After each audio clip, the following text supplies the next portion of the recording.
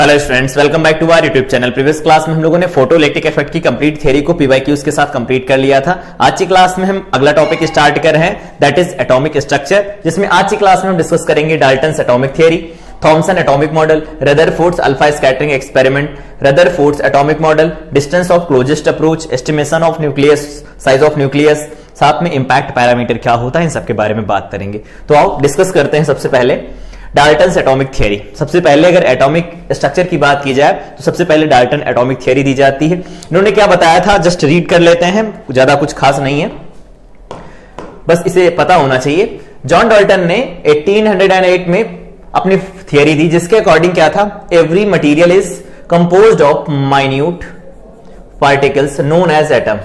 बहुत छोटे छोटे पार्टिकल से मिलकर के बना होता है हर एक मटेरियल, जिसको एटम कहते हैं। एटम इज इंडिविजिबल, एटम को फर्दर डिवाइड नहीं किया जा सकता, ठीक है। केमिस्ट्री में पढ़ा होगा आपने, इट कैन नॉट बी सब डिवाइडेड, ठीक है। It can never be created nor be destroyed. अगर रिएक्शंस होती हैं तो उन रिएक्शन में ना तो एटम डिस्ट्रॉय होते हैं, ना ही नए एटम क्रिएट होते हैं, ठीक। अगला पॉइंट है, all atoms of same element are identical physically as well as chemically, whereas atom of different elements are different in properties. Isotopes और आइसोबार्स की डिस्कवरी के बाद में ये जो स्टेटमेंट है वो गलत हो गया, ठीक है। समझ में आ रहा होगा कि एक ही एलिमेंट, जैसे मान लो हाइड्रोजन है, उसके जितने भी आइसोटोप्स हैं उन सबको ले लिया जाए तो उनकी सबकी प्रॉपर्टी डिफरेंट डिफरेंट होती हैं। तो एक ही एटम के, या कह सकते हैं एक ही एलिमेंट के डिफरेंट डिफरेंट एटम्स अगर हैं तो उनकी प्रॉपर्टी डिफरेंट हो सकती है, ये बोल रहे हैं सेम होंगी, ठीक है। तो यहां पर आइसोटोप्स और आइसोबार की डिस्कवरी के बाद में ये स्टेटमेंट इनका गलत हो गया, ठीक। फिर अगला है, the atom is stable and electrically neutral. Atom जो होता है वो स्टेबल होता है और इलेक्ट्रिकली न्यूट्रल होता है, जिससे कि मटेरियल एग्जिस्ट करता है, ठीक। एटम के बारे में ये बातें बताई गई थी, ठीक। काफी टाइम तक ये बातें चली, उस समय तक कोई थ्योरी तो थी नहीं, तो तब तक यही थ्योरी चल रही थी। इसके बाद इसको चैलेंज किया थॉमस ने, जे थॉमसन ने। जे थॉमसन ने क्या किया, आओ पढ़ लेते हैं इनकी भी थ्योरी। 1897 में English physicist Joseph J Thomson suggested that a model that described the atom as a region in which positive charge is spread out in space with electron embedded throughout the region, much like the seeds in a watermelon or raisins in thick pudding. The atom as a whole would then be electrically neutral then according to this model. ये बोल रहे हैं कि इनका model जो था वो कुछ इस तरह से एटम को डिफाइन करता है, जैसे मान लो वाटरमेलन होता है, तो वाटरमेलन में क्या होता है, जो रेड पार्ट होता है वो पूरे वाटरमेलन में यूनिफॉर्मली डिस्ट्रीब्यूटेड होता है, और जो उसके सीड्स होते हैं, जो उसके बीज होते हैं, वो क्या होते हैं, बीच बीच में कहीं कहीं धंसे होते हैं। तो इन्होंने बताया कि जो पॉजिटिव चार्ज होता है एटम का, वो पूरा का पूरा, जैसे वाटरमेलन में पॉजिटिव चार्ज की जगह पर ये बोल सकते हैं रेड वाला जो पार्ट होता है वो पूरे में डिस्ट्रीब्यूट होता है, और इलेक्ट्रॉन सीड के जैसे होते हैं जो उनके बीच में कहीं कहीं धंसे होते हैं, ठीक। ये बताया इन्होंने। इनके अकॉर्डिंग अगर पढ़ लिया जाए तो क्या है, इन्होंने बताया एटम इज पॉजिटिवली चार्ज, ठीक है। एज रेडियस जो होती है इसकी क्या लिखी जाती है, order of 10 to the power -10, मतलब एंगस्ट्रॉम ऑर्डर में होती है, ठीक। There is no nucleus at the centre of the atom, इन्होंने बोला। और अगर आपने पहले से पढ़ रखा होगा, वैसे क्लास 9th में पढ़ा होगा, रदरफोर्ड एटॉमिक स्ट्रक्चर, या कह सकते मॉडल जो पढ़ा था, उसमें अल्फा स्कैटरिंग एक्सपेरिमेंट पढ़ाया जाता है। वहां पर देखा जाता है कि जो टोटल मास होता है या टोटल चार्ज होता है वो न्यूक्लियस में रहता है, जिसको न्यूक्लियस बोलते हैं, या कह सकते हैं स्मॉल पोर्शन में रहता है, जिसको न्यूक्लियस बोला जाता है। ये बात यहां से गलत हुई, इसीलिए इसको हाईलाइट करके लिखा गया। Instead the positive charge also mass was assumed to be spread throughout the atom। कह रहे हैं कि मास और जो चार्ज होता है वो पूरा का पूरा फैला होता है, ठीक। Forming a kind of paste or pudding, the negative electrons were assumed to be suspended like plums। कह रहे हैं कि जैसे वाटरमेलन के अंदर क्या होता है, छोटे छोटे सीड्स होते हैं ना, तो वो जगह जगह पर धंसे होते हैं रेड पार्ट के अंदर, वैसे इलेक्ट्रॉन होते हैं। ये बात इन्होंने बताई।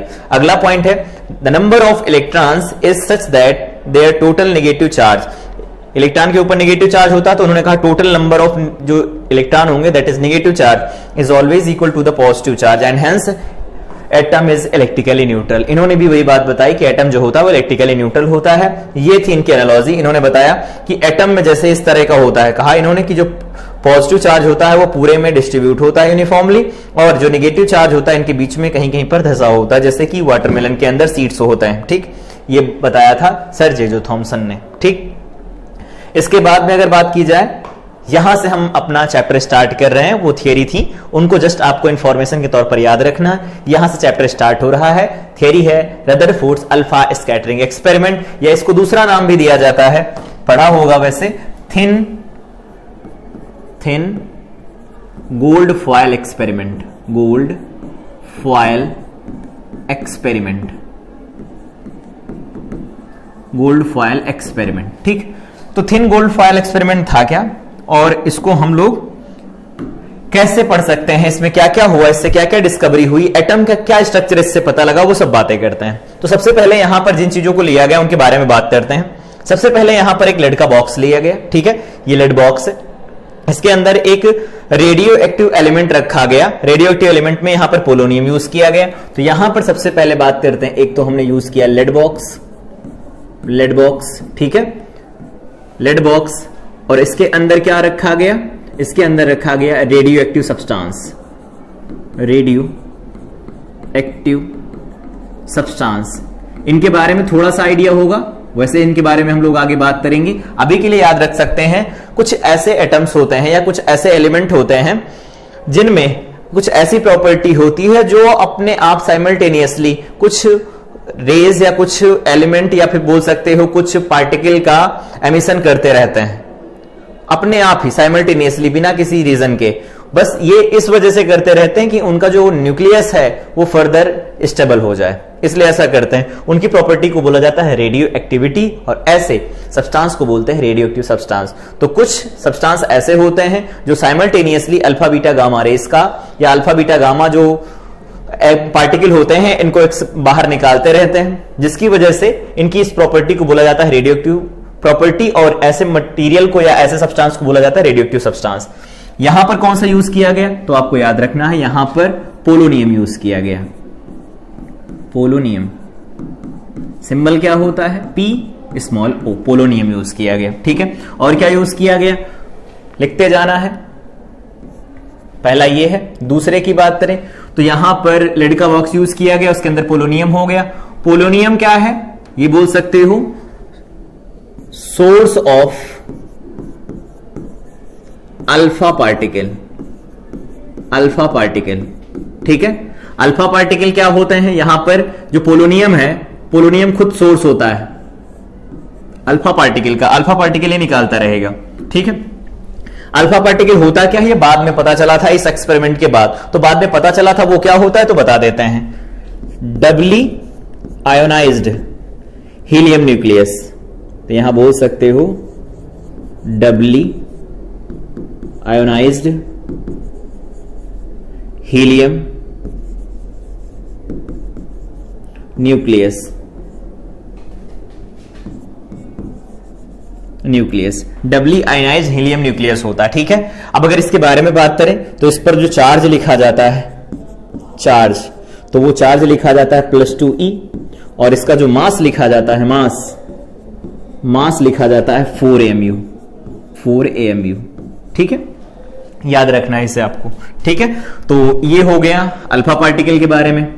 और यहां पर क्या यूज किया गया, तो और यहां पर यूज की गई गोल्ड की फॉयल। गोल्ड क्यों यूज किया जाता है, तो आपने क्लास 9th में पढ़ा होगा मेटल की फिजिकल प्रॉपर्टीज के बारे में, तो पढ़ा होगा मेटल्स आर मैलिएबल। मेटल जो होते हैं वो मैलिएबल होते हैं। मैलिएबल का मतलब क्या होता है, इनको पीट करके क्या किया जाता है, थिन प्लेट बनाई जा सकती है। तो यहां पर यूज किया गया thin gold foil, thin gold foil. ठीक है, मोस्ट मैलिएबल, सबसे ज्यादा मैलिएबल थी। ठीक है, और इसका जो थिकनेस थी वो अप्रोक्सीमेट -6 मीटर के ऑर्डर की थी, मतलब ये बोल सकते हो माइक्रोमीटर के ऑर्डर की थी। ठीक है, 2.1 × 10⁻⁻⁶ थी। ठीक, या कहीं कहीं पर 7 भी आपको लिखा मिलेगा, तो ये मान सकते हो अमूमन की माइक्रोमीटर के ऑर्डर की थी। ठीक है, ये ऐसा हो गया। और यहां पर क्या यूज किया गया, यूज किया गया ZNS स्क्रीन। ठीक है, ZNS की स्क्रीन, ZNS का मतलब तो जानते होंगे, केमिस्ट्री में पढ़ा होगा, जिंक सल्फाइड, जिंक सल्फाइड। आखिर ये क्यों यूज किया गया, इसकी क्या प्रॉपर्टी थी? तो जिंक सल्फाइड का जो स्क्रीन यहां पर यूज की गई, जिंक सल्फाइड के स्क्रीन की प्रॉपर्टी ये थी कि इसके ऊपर अगर अल्फा पार्टिकल जाकर के हिट करता है तो यहां पर स्पॉट्स बनते हैं,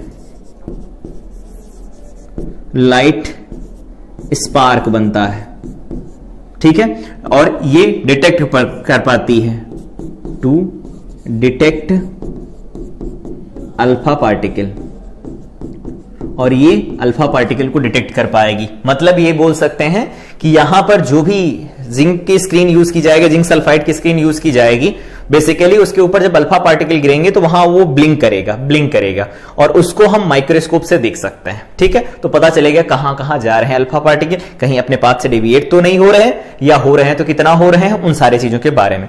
तो रदरफोर्ड अल्फा स्कैटरिंग एक्सपेरिमेंट के बारे में जो चीजें यूज हो रही थी वो यहां पर लिख दी गई हैं, इनकी कौन कौन सी प्रॉपर्टी थी वो सारी बातें लिख दी गई हैं।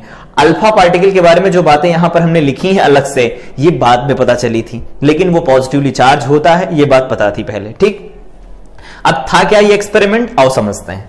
सबसे पहले क्या किया गया, यहां पर एक लेड का बॉक्स लिया गया, लेड के बॉक्स में रेडियो एक्टिव सब्सटेंस यहां पर पोलोनियम को रखा गया। पोलोनियम की मदद से क्या किया गया, यहां पर अल्फा पार्टिकल की बीम बनाई गई, पैरेलल बीम बनाई गई। उस पैरेलल बीम को क्या किया गया, यहां पर गोल्ड की फॉयल के ऊपर जाकर के टारगेट किया गया, और गोल्ड फॉयल के ठीक पीछे एक सर्कुलर स्क्रीन आपको दिख रही होगी, डिफ्लेक्शन स्क्रीन। ये किसकी बनी होती है, तो अभी बताया, ये ZnS की बनी होती है, जिंक सल्फाइड की बनी होती, ठीक है। तो अगर ये स्क्रीन पर जाकर के अल्फा पार्टिकल गिरेंगे तो क्या होगा, ये गोल्ड फॉयल होती है और बहुत मैलिएबल होती है। मैलिएबल होगी तो इसको इतना पतला कर दिया जाता है कि इसमें नंबर ऑफ एटम बहुत कम होंगे, और अगर नंबर ऑफ एटम बहुत कम होंगे तो एटम को बहुत अच्छे से जज किया जा सकता है, उसकी बहुत अच्छे से इन्वेस्टिगेशन की जा सकती है। लेकिन अगर वहीं पर कोई मोटी प्लेट ली जाए या मोटी कोई फॉयल ली जाए तो उस केस में क्या होगा, उसमें ज्यादा एटम्स रहेंगे, एक पर्टिकुलर एटम का बिहेवियर स्टडी करना मुश्किल हो जाएगा। तो यहां पर गोल्ड फॉयल इसीलिए ली गई थी क्योंकि ये ज्यादा मैलिएबल होती है, इसमें बहुत कम एटम्स होंगे, जिसकी वजह से इनकी स्टडी बहुत अच्छे से की जा सकती है, ठीक है, बहुत अच्छा। तो यहां पर ये गोल्ड फॉयल थी, यहां पर अल्फा पार्टिकल को टारगेट किया गया, और यहां पर जो सर्कुलर स्क्रीन थी इस पर गिरने वाले अल्फा पार्टिकल का एंगल प्रेडिक्ट किया गया, देखा गया, और ऑब्जर्व करके कुछ ऑब्जर्वेशन निकाले गए। तो क्या था ऑब्जर्वेशन, इधर आओ बात करते हैं इनके बारे में। तो ऑब्जर्वेशन कुछ ऐसे निकाले गए, यहां पर एक ग्राफ बनाया गया स्कैटरिंग एंगल थीटा के बीच में, ठीक है, स्कैटरिंग एंगल थीटा, और यहां पर नंबर ऑफ स्कैटर्ड पार्टिकल के बीच में। मतलब क्या है, ये बोल सकते हैं कि नंबर ऑफ स्कैटर्ड पार्टिकल कितने होते हैं किसी थीटा एंगल पर डेविएट होने वाले, उनके बारे में बात की गई। तो यहां पर इस वाले फिगर को दिखाते हैं हम आपको, इस वाले फिगर को, इसमें बहुत अच्छे समझ में आएगा। यहां से क्या था, यहां सोर्स था अल्फा पार्टिकल का, यहां से बीम ऑफ अल्फा पार्टिकल बनी, यहां पर क्या था, एक गोल्ड फॉयल लगी थी। इस गोल्ड फॉयल से टारगेट होने वाले अल्फा पार्टिकल देखो डिफरेंट डायरेक्शंस में जा रहे हैं, कुछ तो सीधे चले गए, तो मोस्ट अल्फाज पास स्ट्रेट थ्रू, सीधे चले गए, ठीक है। कुछ देखो क्या हो रहे हैं, कुछ थीटा एंगल पर डेविएट हुए, तो सम अल्फाज deviate through a large angle के साथ डेविएट हुए। अबाउट 1 in 8,000, 8,000 में से एक इज रिपेल्ड बैक, वापस भी आया। तो अब ये 3 पॉइंट्स हैं, तीनों पॉइंट से क्या क्या ऑब्जर्वेशन रदरफोर्ड ने निकाले, आओ उनके बारे में बात करते हैं। तो सबसे पहले यहां पर एक ग्राफ बनाया गया, स्कैटरिंग एंगल मतलब कितने एंगल से डेविएट हुए, उसको अगर बहुत अच्छे से एक्सप्लेन करना हो तो कुछ ऐसे बना सकते हैं आप। देखिए, मान लीजिए कुछ ऐसा है, ठीक, एटम को, अब तो पता चल गया एटम में यहां पर ऐसा होता, पॉजिटिव चार्ज होता है। तो इसको अगर कंसीडर करके, इस टाइम की चीजों को कंसीडर करके देखा जाए तो यहां पर देखा गया कुछ स्ट्रेट चले गए अल्फा पार्टिकल, कुछ क्या हुए, डेविएट हो गए अल्फा पार्टिकल, ठीक है, कुछ हो गए डेविएट अल्फा पार्टिकल, ठीक है, और कुछ ज्यादा ही डेविएट हो गए, कुछ गए और ये कुछ ज्यादा ही डेविएट हो गए, और कुछ गए यहां से वापस भी चले आए, ठीक, कुछ ऐसा हुआ। तो कुछ सीधे चले गए, कुछ डेविएट हुए, कुछ ज्यादा डेविएट हुए, और कुछ वापस भी चले आए। तो 8,000 में से एक या दो वापस चले आए, ठीक। तो ये ग्राफ ड्रॉ किया गया इसी ऑब्जर्वेशन को लेकर के। तो इसको जब ग्राफ को ड्रा किया गया तो यहां से पता चला कि अगर मान लो number of alpha particle theta angle पर स्कैटर करने वाले अगर मिले हमें, अगर उनका नंबर हमें चाहिए तो उनका नंबर क्या लिखा जाता है, तो उनका नंबर लिखा जाता है डायरेक्टली प्रोपोर्शनल होता है 1/sin raise to the power 4 और यहां पर लिखा जाता है थीटा डिवाइडेड बाय में 2, जहां थीटा होता है स्कैटरिंग एंगल। इस बात का ध्यान रखना, थीटा क्या होता है तो स्कैटरिंग एंगल होता है। और यहां एन ऑफ थीटा क्या है तो एन ऑफ थीटा है number of alpha particle scattered at an angle theta. तो यहां पर एन ऑफ थीटा क्या है लिख देते हैं, number of alpha particle number of alpha particle scattered at an angle theta. ठीक है, और यहां पर थीटा क्या है तो है स्कैटरिंग एंगल। ठीक है, स्कैटरिंग एंगल। इनके बीच में ग्राफ ड्रॉ किया गया और रिजल्ट देखा गया, कुछ ऐसा निकल के आया और इस रिजल्ट से उन्होंने कुछ ऑब्जर्वेशन निकाले। आओ देखो क्या क्या फैक्ट्स थे। Most of the alpha particles, इसी ग्राफ को देख करके बात की जा रही है, most of the alpha particle pass straight through the gold foil. क्या है, अगर मान लो डेविएशन की बात की कर दी जाए बहुत कम, तो डेविएशन की बात में अगर मान लो 0 से 20 डिग्री की बात करो तो 0 से 20 डिग्री में देखो नंबर ऑफ अल्फा पार्टिकल क्या है 10 to the power 6 और 10 to the power 7 ऑर्डर के। ज्यादा से ज्यादा अल्फा पार्टिकल अनडेविएटेड गए, विदाउट डेविएशन निकल गए। तो पहला पॉइंट है most of the alpha particle pass straight through the gold foil और सफर ओनली स्मॉल डिफ्लेक्शन, बहुत कम डिफ्लेक्शन आया। ठीक है, नेक्स्ट क्या है, a few alpha particles about 1 in 8000 get deflected through 90 degree और मोर। क्या कह रहे हैं कि बहुत कम अल्फा पार्टिकल थे जो 90 डिग्री या उससे ज्यादा पर डिफ्लेक्ट हुए। ठीक है, ऐसा हुआ तो 90 डिग्री यहां कहीं पर आएगा, तो यहां पर देखो बहुत कम अल्फा पार्टिकल है और यहां से देखो ये तो बहुत कम अल्फा पार्टिकल निकल के आएंगे। ये ग्राफ लगातार घटता रहेगा, बीच में अगर बढ़ता हुआ अगर आपको लग रहा है तो इसको कम कर देना, धीरे धीरे धीरे धीरे धीरे यहां पर ये ग्राफ आ जाएगा। ऊपर वाला ग्राफ नहीं होगा, ऐसा ग्राफ होगा। ठीक, तो ये ग्राफ लगातार घटता चला जाएगा। आगे बोल रहे हैं occasionally an alpha particle gets rebounded from the gold foil suffering a deflection nearly 180 degree. कह रहे हैं कि ओकेजनली क्या हुआ, एक आधा अल्फा पार्टिकल ऐसा था जो गया और 90 डिग्री पर, मतलब ये बोल सकते हो गया और उस पार्ट से या कह सकते हो उस गोल्ड फॉयल से टकराया और टकराने के बाद में वापस चला आया। तो अब यहां से होगा क्या, वैसे फार्मूला आपको याद रखना है तो याद रख सकते हैं इसको।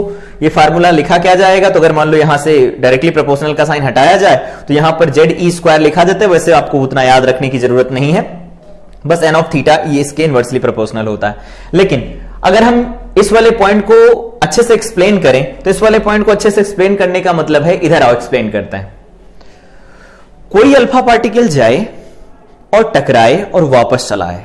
अब अगर हम यहां से बात करें, अभी हमने बताया कि जो मास ऑफ अल्फा पार्टिकल होता है वो होता है 4mu।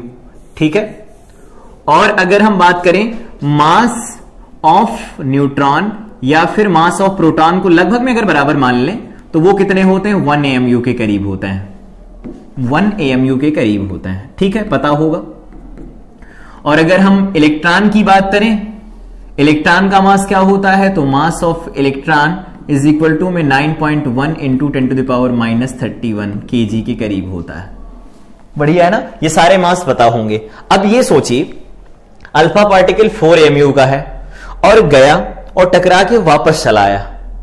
4 AMU का अल्फा पार्टिकल गया टकरा के वापस चला आया, तो बताइए क्या वो अल्फा पार्टिकल इलेक्ट्रॉन से टकरा करके वापस आया होगा?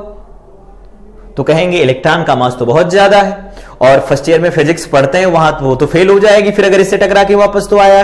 तो क्या होगा, अगर मान लो इलेक्ट्रॉन से वो टकराया होता तो इतना ज्यादा मास का पार्टिकल इतने इलेक्ट्रॉन को, इतने हल्के इलेक्ट्रॉन को अपने साथ लेकर के बाहर निकल जाता, वो तो डेविएट ही नहीं होता।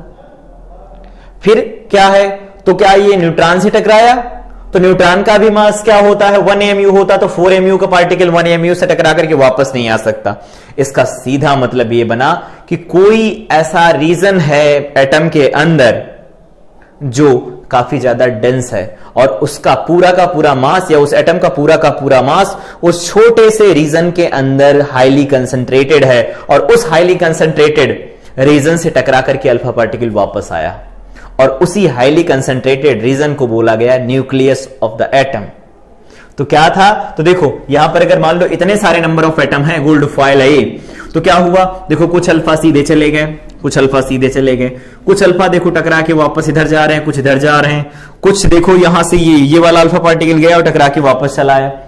तो इससे ये पता लगा कि अल्फा पार्टिकल जो टकरा के वापस आया उसको देखो इसी तरह से बनाया गया, बहुत अच्छे से इस तरह से। उस समय तक ये स्ट्रक्चर पता नहीं थी, लेकिन बाद में इस तरह से सजेस्ट किया गया कि अगर उसको और अच्छे समझना है तो ये वाला मॉडल देख के समझो, जो कि रदरफोर्ड ने ही बताया था कि पूरा का पूरा जो मास होता है वो इसके सेंटर में कंसंट्रेटेड होता है, और यहां पर हम ऑलमोस्ट पूरा का पूरा मास और ऑलमोस्ट चार्ज यहीं पर कंसंट्रेटेड मान सकते हैं। तो ये मान लो 1 है, ये 1 है, यहां पर ये 2 है, ये 2 है, यहां पर ये 3 है, यहां पर ये 3 है और ये 4 है।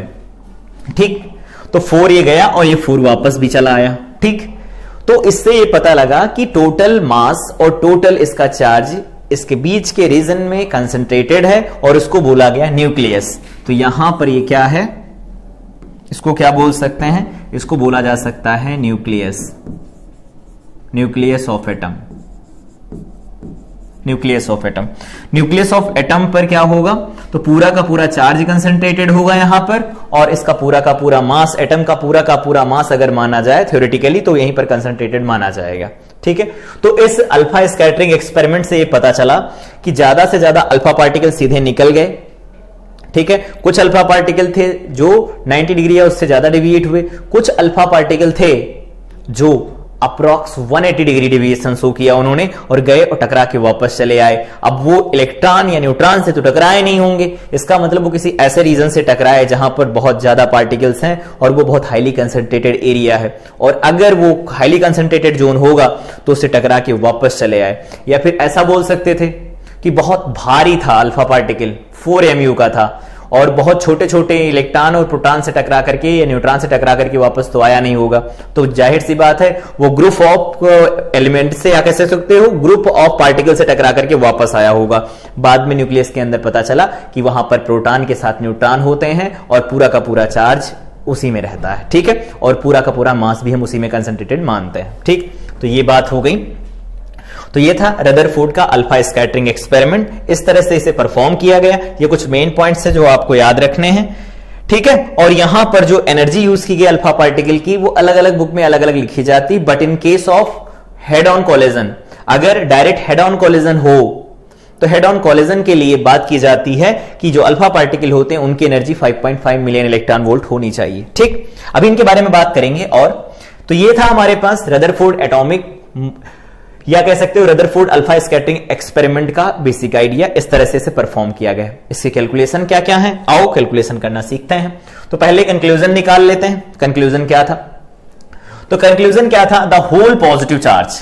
कंक्लूजन भी बोल सकते हो, रदरफोर्ड का एटॉमिक मॉडल भी से बोल सकते हो, क्योंकि उसी से निकल के आई थी सारी चीजें। तो रदरफोर्ड का एटॉमिक मॉडल बोलना चाहो बोल लो या कंक्लूजन बोल लो। देखो पहले ही उन्होंने बताया था कि most of the alpha particle जो थे वो विदाउट डेविएशन सीधे निकल गए। इससे पता चला कि जो एटम होता है उसका मोस्ट ऑफ द पार्ट क्या होता है, एम्प्टी होता है। तो वही है the whole positive charge of the atom and the almost its entire mass is concentrated in small region of the atom. Rutherford named this region as nucleus. Rutherford ने इस रीजन को क्या कहा, न्यूक्लियस कहा। क्यों, क्योंकि यहां पर ये अल्फा पार्टिकल अभी देखा पॉजिटिवली चार्ज होते हैं, अभी यहां पर बात की, यहां पर देखो अल्फा पार्टिकल पॉजिटिवली चार्ज होते हैं। तो अगर अल्फा पार्टिकल पॉजिटिवली चार्ज होंगे और ये पॉजिटिव चार्ज वापस आया, इसका मतलब क्या है, न्यूक्लियस जो होगा वो कैसा चार्ज होगा, ऑब्वियस है कि पॉजिटिवली चार्ज होगा। ठीक है, पॉजिटिवली चार्ज होगा। तो अब ये हो गया कि पॉजिटिवली चार्ज था न्यूक्लियस। दूसरा पॉइंट क्या है, पढ़ो, the nucleus is surrounded by electrons. Nucleus जो होता है वो इलेक्ट्रॉनों से सराउंड करता है, बाहर बाहर उसके इलेक्ट्रॉन घूम रहे होते हैं। As the atom as a whole is neutral, कहते हैं एटम जो होता है वो इलेक्ट्रिकली न्यूट्रल होता है। अभी दोनों थियरी से भी यही पता चला।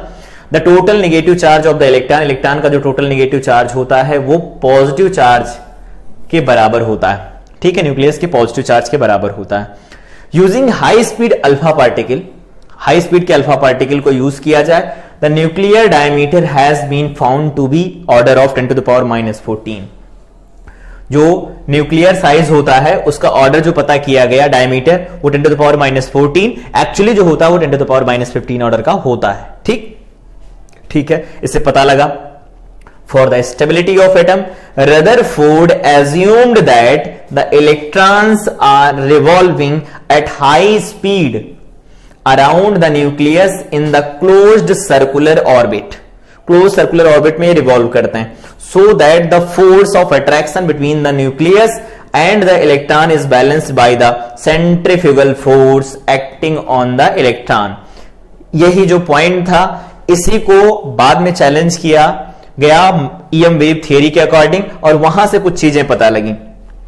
लास्ट वाले पॉइंट में कहा जाता है कि अगर मान लीजिए कि ये एटम है, ऐसा एटम अगर हमारे पास है, यहां पर इलेक्ट्रॉन है घूम रहा, मान लो, ठीक है, इलेक्ट्रॉन है. अगर ये इलेक्ट्रॉन रेस्ट पर रहेगा तो ये दोनों, इस पर नेगेटिव चार्ज, इस पर पॉजिटिव चार्ज, ये इसको अट्रैक्ट करेगा और ये यहां जाकर के कोलैप्स कर जाएगा. लेकिन ऐसा तो होता नहीं. इसका मतलब है इसके पास कोई ना कोई स्पीड है इधर, तो इस पर जो फोर्स लगेगा उसको सेंट्रीफ्यूगल फोर्स के साथ बैलेंस कर लेगी और इलेक्ट्रॉन लगातार न्यूक्लियस के चारों तरफ रिवॉल्व कर पाएगा. ठीक है, लेकिन यही बात बाद में गलत प्रूफ हुई. गलत क्या प्रूफ हुई, ये अच्छे से एक्सप्लेन उसे नहीं कर पाए. ईएम वेव की जो थियरी थी मैक्सवेल ने, जो क्लार्क मैक्सवेल ने दिया था, उसके बिहाफ पर इसको गलत प्रूफ कर दिया गया. कैसे, आओ इनके बारे में भी बात कर लेते हैं. अगला कंक्लूजन क्या है, पढ़ लो पहले. The existence of sufficient empty space within the atom explains why most of the alpha particle go undeflected in a small angle of scattering is accounted for by the fact that the nucleus occupies only a fraction of the total volume of the atom. क्या बोल रहे हैं, कह रहे हैं कि जो पहला वाला पॉइंट था जो कि हम लोगों ने लिखा था, उस ग्राफ से रिलेटेड जो पहला पॉइंट था कि मोस्ट जो अल्फाज होते हैं वो क्या चले जाते हैं, विदाउट डिविएशन निकल जाते हैं. इससे ये पता चलता है कि जो एटम होता है उसका ज्यादा से ज्यादा पार्ट जो होता है वो एम्प्टी होता है. ठीक है, ये सारे के सारे कंक्लूजन थे. कंक्लूजन बोल सकते हो या रदरफोर्ड एटॉमिक मॉडल की पॉइंट्स बोल सकते हो. इनके कुछ ड्रॉबैक्स थे, वो भी पढ़ने हैं. एक क्वेश्चन लगाना चाहो लगा लो. देखो क्या कह रहे हैं, जो भी हम लोगों ने फार्मूला लिखा था N of theta directly proportional या इनवर्सली प्रोपोर्शनल, क्या था, लिख देते हैं पहले. N of theta is inversely proportional to 1 by sine raise to the power 4. यहां पर क्या लिखा जाता है, थीटा बाई 2 लिखा जाता है. यहां पर ये फार्मूला यूज होगा. तो इन्होंने दो दिया है, कहा 60 पर हो रहे हैं कितने, 100 पर मिनट, और इन्होंने कहा है scattering experiment, calculate the number of particles per minute in scatter at 90 पर जो स्कैटर करेंगे वो कितने होंगे. तो देखो क्या होगा.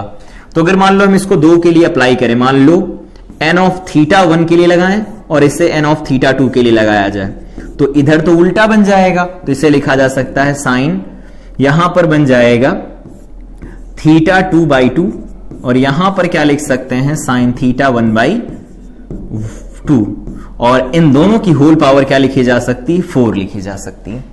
लिख सकते हैं एक साथ, चलो लिखो. यहां पर एन ऑफ थीटा 1 क्या दिया गया, 100 पर मिनट, और यहां पर एन ऑफ थीटा 2 पर मिनट निकालना है तो लिखने की जरूरत है नहीं.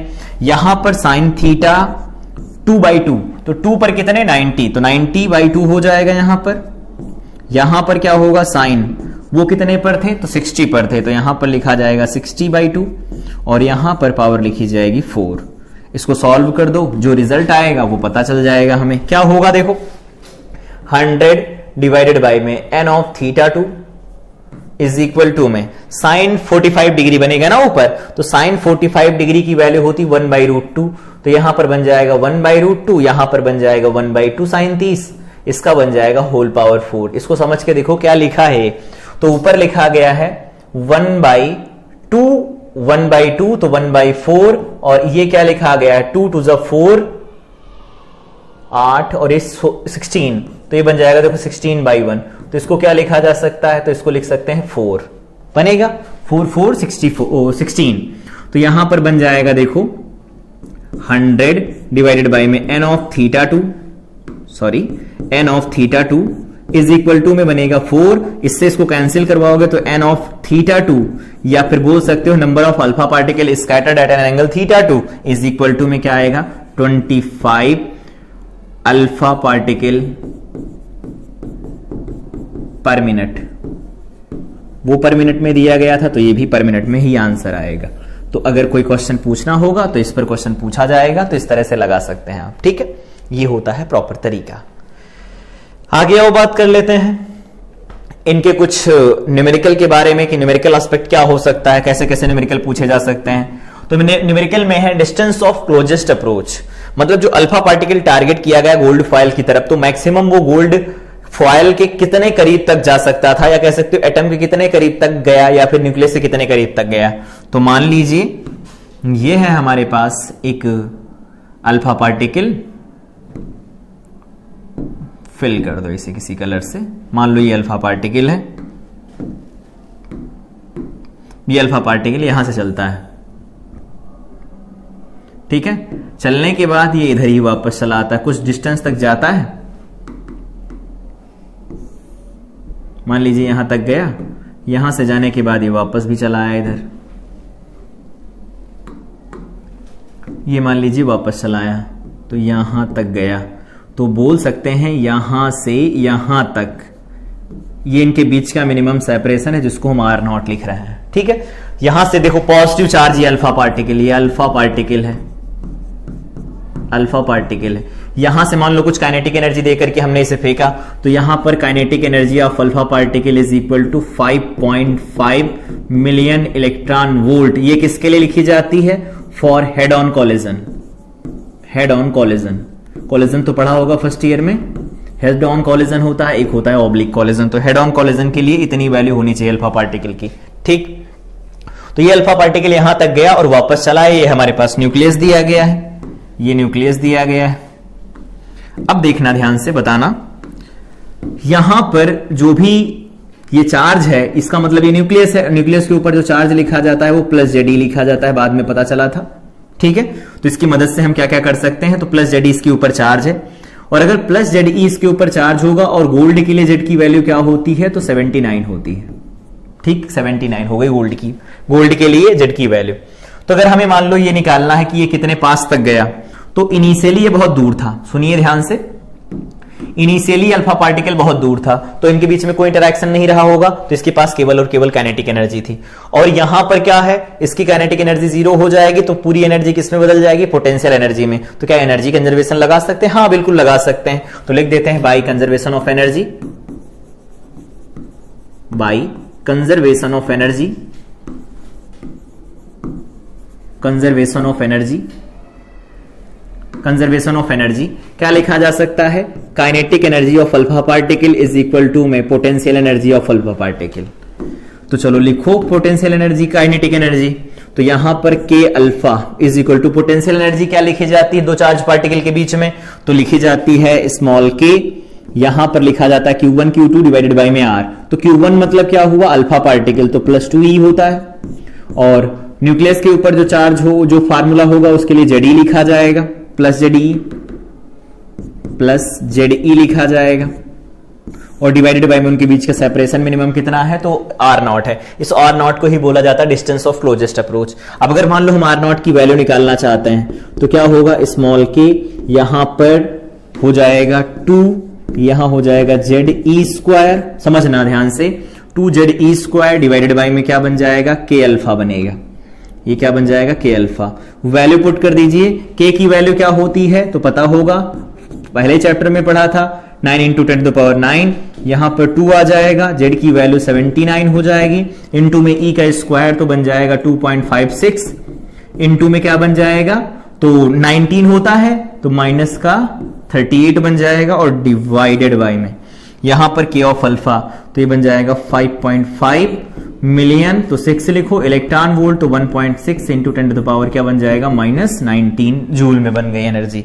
तो यहां से अगर अब आप R0 की वैल्यू निकालेंगे, तो वो क्या निकल के आएगी, तो वो निकल के आएगी 43.5, या फिर मान लो आओ निकाल लेते हैं, अगर नहीं समझ में आ रहा तो चलो निकाल लेते हैं क्या आएगी।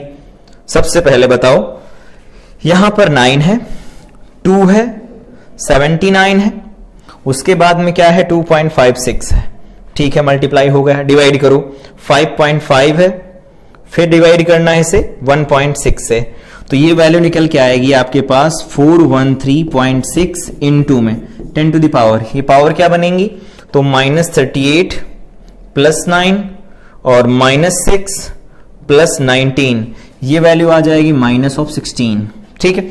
तो इसको अगर और सही से लिखा जाए तो क्या लिख सकते हैं, 2 पॉइंट इधर खिसका लो, तो ये बन जाएगा 41.6, सही है ना, 41.36 इंटू में क्या बन जाएगा 10 टू द पावर ऑफ -15, या इसको लिखा जा सकता है 4.136 into 10 to the power -14 metre आ जाएगी। ठीक है, तो हम इसको लिख सकते हैं, इस वाले को बढ़ा के लिखा जा सकता है 41.36 FM, स्मॉल fm लिखा जाता है फर्मी स्मॉल fm में। ठीक है, 10 टू द पावर -15 को फर्मी लिख सकते हैं, तो चाहे मीटर में लिखिए चाहे फर्मी में लिखिए। इससे क्या पता लगा डिस्टेंस ऑफ क्लोजेस्ट अप्रोच से कि जो अल्फा पार्टिकल है वो पास कितना जा सकता है न्यूक्लियस के, तो इससे पता लगा न्यूक्लियस जो होगा कम से कम इस ऑर्डर का होगा, 10 टू द पावर -14 मीटर के ऑर्डर का होगा। लेकिन अब बताओ ये जाएगा, अब ऐसा तो है नहीं उसके बिल्कुल पास तक जाएगा, ऐसा तो जरूरी है नहीं, उससे पहले ही इसे रिपेल होकर के वापस लौटना पड़ेगा। इसका मतलब है कि जो R0 की वैल्यू होगी वो इससे भी कम होगी। तो यहां पर ये बोल सकते हैं एक्चुअल रेडियस ऑफ, या एक्चुअल साइज ऐसे लिखो, actual size of nucleus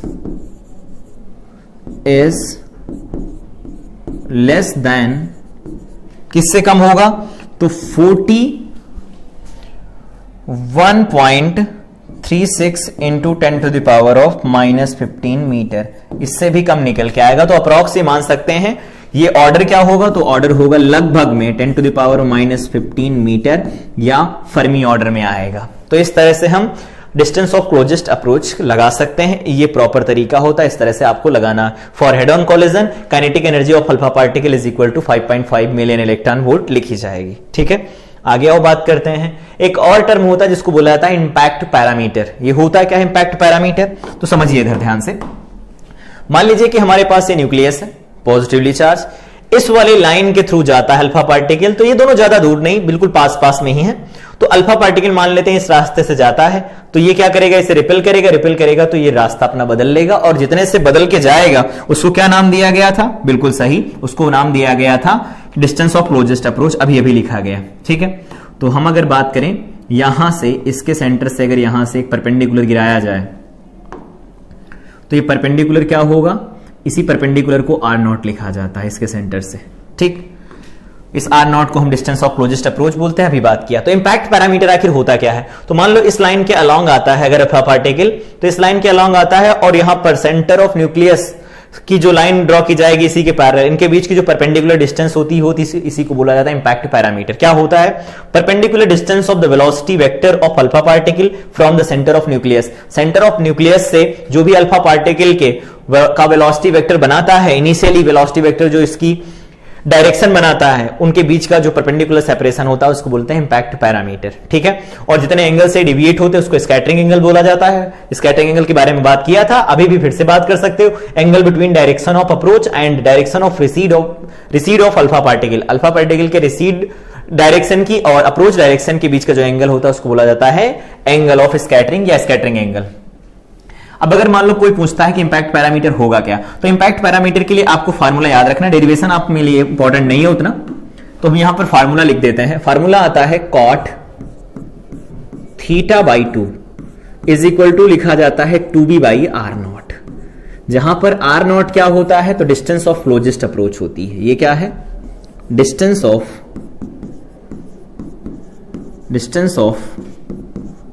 closest approach. आपको ये फार्मूला याद रखना है। तो अगर यहां मान लीजिए cot θ/2 लिखा गया है, ये इज इक्वल टू में 2b/r0। r0 की वैल्यू हम लोगों ने अभी निकाली, इधर से देखो r0 की यही तो वैल्यू है, तो r0 की वैल्यू लिखी जा सकती है k2ze², बढ़िया है, और डिवाइडेड बाय में k अल्फा, तो डिवाइडेड बाय में यहां पर क्या लिखा जा सकता है, k of alpha, alpha particle की काइनेटिक एनर्जी, ऐसा लिख सकते हैं। इसको थोड़ा और सही कर लीजिए, तो यहां पर 2b सही लग रहा है, k अल्फा पार्टिकल की काइनेटिक एनर्जी भी सही लग रही है, और इनटू में ध्यान से देखना स्मॉल k क्या होता है, कूलॉम्ब कांस्टेंट, तो इसकी वैल्यू क्या होती है 4 पाई एप्सिलॉन नॉट लिख देना 1 अपॉन करके, तो ऊपर चला जाएगा। यहां पर क्या लिखा जाएगा 2 ऑफ z, यहां पर हो जाएगा e स्क्वायर, तो 2z e स्क्वायर हो जाएगा। और यहां से ध्यान से देखो तो ये 2 इस 2 से कैंसिल भी हो जाएगा। तो अब यहां से इंपैक्ट पैरामीटर का एक फार्मूला निकल के आ रहा, वो आपको एज इट इज याद रखना है। वो क्या होगा, तो वो लिखा जाएगा cot θ/2 इज इक्वल टू में क्या बन रहा है, तो इसे लिखा जा सकता है 4 पाई एप्सिलॉन नॉट, ठीक है, और यहां पर बन जाएगा k अल्फा, ठीक है, और डिवाइडेड बाय में क्या बनेगा, तो डिवाइडेड बाय में बन जाएगा z e स्क्वायर। इस तरह से इंपैक्ट पैरामीटर का फार्मूला लिखा जा सकता है। अगर आप k ऑफ अल्फा की वैल्यू लिखना चाहते तो हाफ mv स्क्वायर लिख सकते हैं, ठीक है। अगर इसकी स्पीड v मान ली जाए इनिशियल, तो यहां पर k ऑफ अल्फा को यहां से रिप्लेस किया जा सकता है और इसकी वैल्यू लिखी जा सकती है हाफ mv ऑफ अल्फा का स्क्वायर। और यहां पर m क्या होगा, तो m भी क्या होगा, m ऑफ अल्फा लिखा जाएगा। तो इस तरह से हम अल्फा पार्टिकल के लिए काइनेटिक एनर्जी लिख करके इसे रिप्लेस कर सकते हैं। तो ये होता है फार्मूला इंपैक्ट पैरामीटर के लिए। यहां पर आई थिंक बी छूट गया है, कोई बात नहीं, इधर लिख लेते हैं, इधर बी, ठीक है। तो इस तरह से इंपैक्ट पैरामीटर का फार्मूला लिखा जाता है। आपको ये फार्मूला याद रखना, cot θ/2 जो होता है 2b/r0 लिखा जाता है। यहां पर एंगुलर मोमेंटम कंजर्वेशन भी लगाया जाता है, उससे निकल के आता है। तो उतना डिटेल में आपको जाने की जरूरत नहीं है, ये फार्मूला आपको एज इट इज याद रखना। अगर इससे रिलेटेड कुछ पूछा जाता है तो आप डायरेक्ट यहां से निकाल सकते हैं, ठीक। तो ये होगा इंपैक्ट पैरामीटर। आओ क्वेश्चन एक देख लेते हैं, इसी के ऊपर बेस्ड है, distance of closest approach.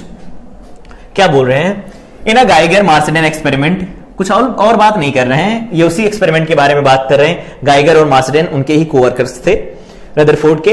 What is the distance of closest approach to a nucleus of a 7.7 million electron volt alpha particle before it comes मोनो, क्या लिखा है, momentarily to rest and reverses its direction. तो बोल रहे हैं कि alpha particle की अगर एनर्जी इतनी हो तो उस केस में डिस्टेंस ऑफ क्लोजेस्ट अप्रोच क्या होगी। तो अब यहां पर डायरेक्ट लगाने की नीड नहीं है, वैसे बस यहां से फार्मूला लिखो, फटाफट लगा दो। क्या होता है अल्फा पार्टिकल का, k2z e square, k2z e square upon k of alpha is equal to में r0। यही तो है फार्मूला, रख दो।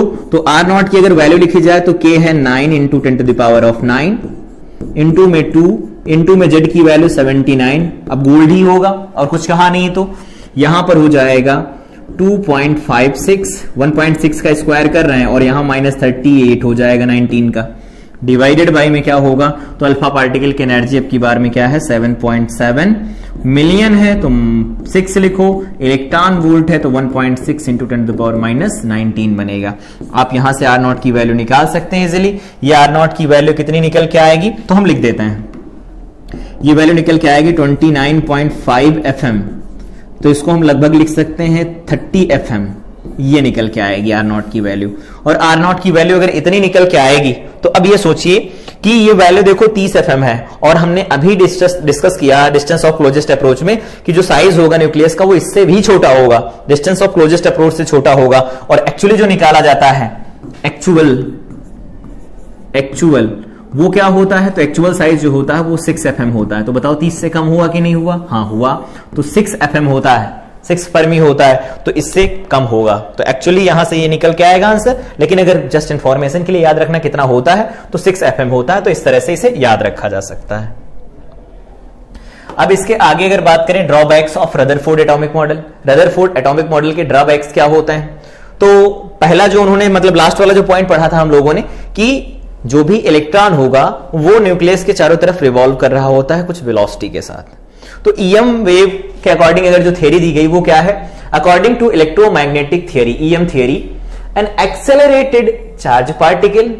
अब बोलेंगे कि एक्सेलरेटेड कैसे है, तो देखो ये अगर न्यूक्लियस है, यहां पर ये इलेक्ट्रॉन अगर घूम रहा है, तो अगर किसी समय देखा जाए तो इधर स्पीड है, यहां पर पहुंचेगा तो इसकी स्पीड इधर आ जाएगी, मतलब वेलोसिटी इधर आएगी, इधर वेलोसिटी आ जाएगी। तो भले ही ये यूनिफॉर्म मोशन हो, लेकिन वेलोसिटी की डायरेक्शन भी तो होती है, डायरेक्शन अगर लगातार बदल रही है इसका मतलब क्या है, वो एक्सेलरेट हो रहा है। Always radiates energy, EM wave की जो थ्योरी है वो बताती है कि जब कोई भी एक्सेलरेटेड चार्ज पार्टिकल होता है तो एनर्जी रेडिएट करता है।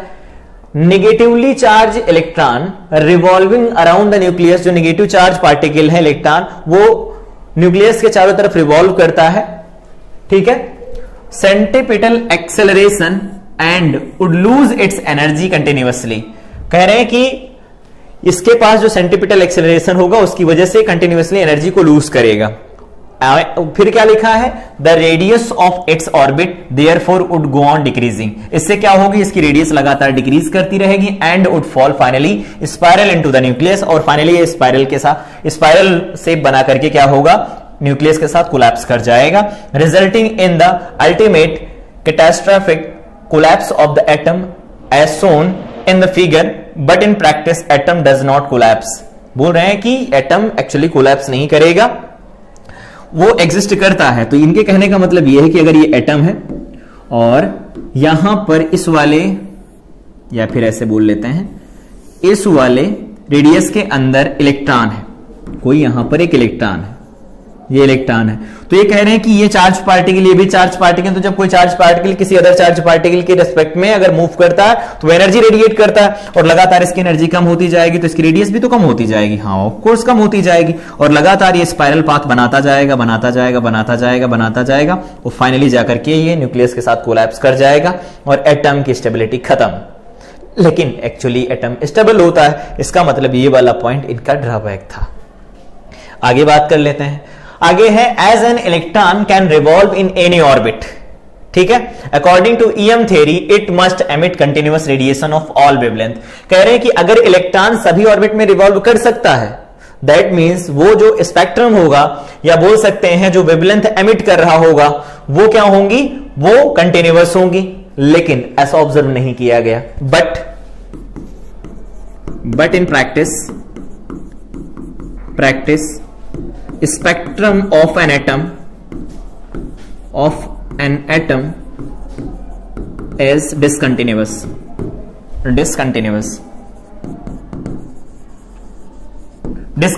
होता है स्पेक्ट्रम। इसका क्या मतलब हुआ, इसका मतलब हुआ कुछ पर्टिकुलर वेवलेंथ ही एमिट कर सकता है इलेक्ट्रॉन एक्साइट होकर के। तो ये वाला पॉइंट इनका गलत हो गया कि N electron can revolve in any orbit. अगर इलेक्ट्रॉन किसी भी ऑर्बिट में रिवॉल्व कर सकता है तो ईएम वेव के अकॉर्डिंग जो एक्साइट होने वाले, कह सकते हो एक्साइटेड इलेक्ट्रॉन होंगे, उनसे जो एनर्जी एमिट होगी, इन दैट केस वो एनर्जी जो होगी, या कह सकते हो वो जो वेवलेंथ निकालेंगे, वो क्या होंगी, डिफरेंट, मतलब कंटिन्यूअस होंगी, लेकिन कुछ पर्टिकुलर वेवलेंथ ही ऑब्जर्व की गई। इसका मतलब क्या है कि जो in practice spectrum of atom होता है वो डिसकंटिन्यूअस होता है, कंटिन्यूअस नहीं होता है, ठीक है। तो ये इसके ड्रॉबैक्स थे। इस तरह से यहां पर रदरफोर्ड एटॉमिक मॉडल के जितने भी पॉइंट्स थे वो कवर हो जाते हैं। पूरी थ्योरी का मतलब ये हुआ कि जो एटम होता है वो मोस्ट ऑफ द स्पेस जो उसका होता है वो एम्प्टी होता है, उसके सेंटर में एक स्मॉल रीजन होता है जिसमें उसका पूरा मास और उसका पूरा चार्ज हाईली कंसंट्रेटेड रहता है, जिससे अल्फा पार्टिकल गए और टकरा करके वापस लौट आए, या कह सकते हो रिबाउंड होकर के वापस लौट आए, ठीक है। लास्ट वाले पार्ट में बात की गई कि हम इसका एस्टिमेशन कैसे कर सकते हैं साइज ऑफ न्यूक्लियस का, तो उसके लिए हम लोगों ने फार्मूला लिखा डिस्टेंस ऑफ क्लोजेस्ट अप्रोच का, और उससे वैल्यू निकाली तो पता चला कि जो उसका साइज होगा उससे भी कम आएगा, तो वो आया -14 ऑर्डर का, एक्चुअली होता है -15 ऑर्डर का, ठीक है। फिर उसके बाद हम लोगों ने पढ़ा इंपैक्ट पैरामीटर के बारे में। अब बात करते हैं इंपैक्ट पैरामीटर के बारे में। हम लोगों ने पढ़ा तो इंपैक्ट पैरामीटर क्या होता है इसको डिस्कस किया गया, डेफिनेशन लिखी है, स्कैटरिंग एंगल की डेफिनेशन लिखी है, उसका फार्मूला आपको बताया गया कि cot θ/2 जो लिखा जाता है 2b/r0 लिखा जाता है। r0 होता है distance of closest approach. Distance of closest approach का डायरेक्ट फार्मूला यहां पर यूज कर लेंगे क्योंकि अभी हम लोगों ने यहां पर डिराइव किया था, तो ये वाला फार्मूला एज इट इज यहां पर यूज कर लिया गया। आप चाहें तो निकाल भी सकते हैं। उसके बाद में इसको सॉल्व किया गया तो cot θ/2 में 4πε0 k अल्फा पार्टिकल की काइनेटिक एनर्जी इनटू में b डिवाइडेड बाय में यहां पर बन जाएगा Ze²। अगर आपको काइनेटिक एनर्जी ना दे करके उसकी स्पीड दे दी जाए तो आप k ऑफ अल्फा की जगह हाफ mv² रखेंगे, जहां पर v होगी velocity of alpha particle, m होगा mass of alpha particle, that is equal to 4mu, v बताया जाएगा आपको। तो इस तरह से इंपैक्ट पैरामीटर को डिफाइन किया जाता है। आई होप कि सारी चीजें बहुत अच्छे समझ में आई होंगी, बहुत आराम से चीजों को एक एक करके समझाया गया है। इससे रिलेटेड जो भी क्वेश्चंस होंगे अब आप कर पाएंगे। तो यहां से स्टार्टिंग होती है